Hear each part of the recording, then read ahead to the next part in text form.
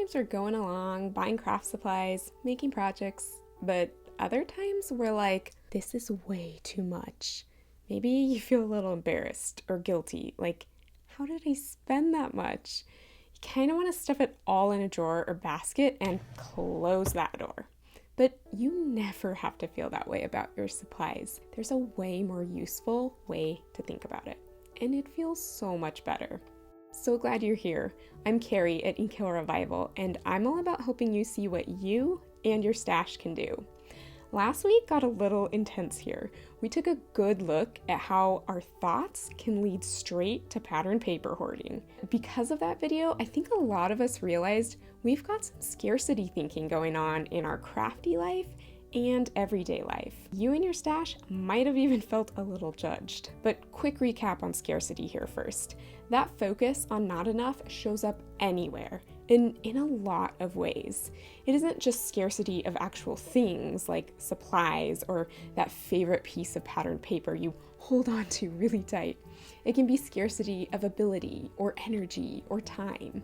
Anything you think you don't have enough of. After a new realization like this, you might feel embarrassed or like, I can't believe I did that or still do that. Lots of judgment, maybe even guilt. But I want to show you why embarrassment and guilt and judgment are totally unnecessary here and really just hold you back. Plus, what to do instead. Think about it. What happens when you start judging yourself? Do you think clearly about whatever's happening? Do you weigh different options? Do you make improvements? Do you enjoy life?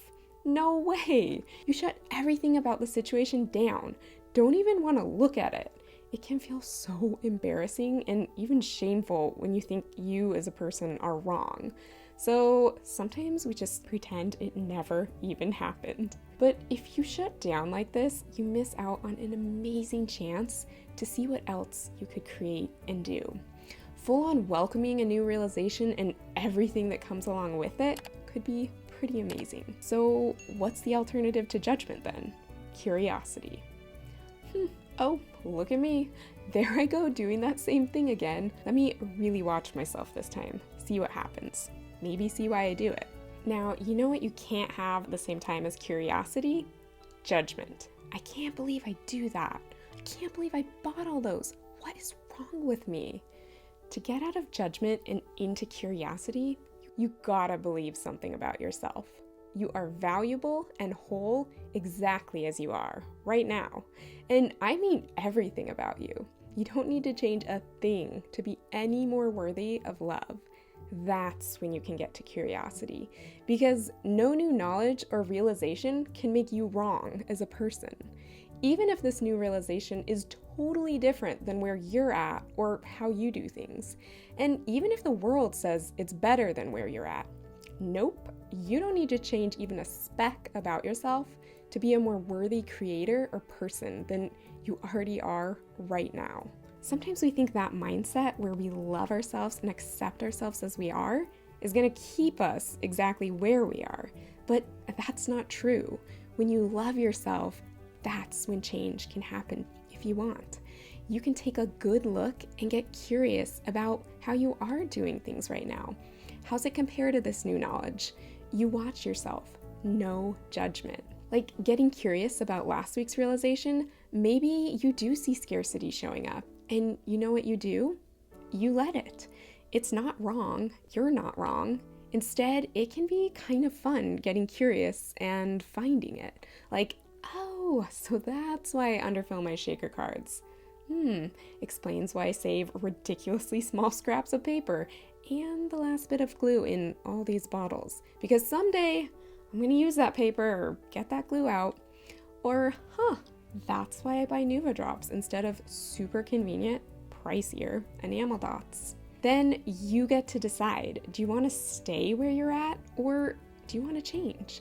Like, maybe I would enjoy letting myself use the very best sheets of pattern paper or not having to wait for Nuva drops to dry every time. But you're not changing things to be better than you are right now. You're changing because you want to. You think it could be fun or it'd give you more creative options.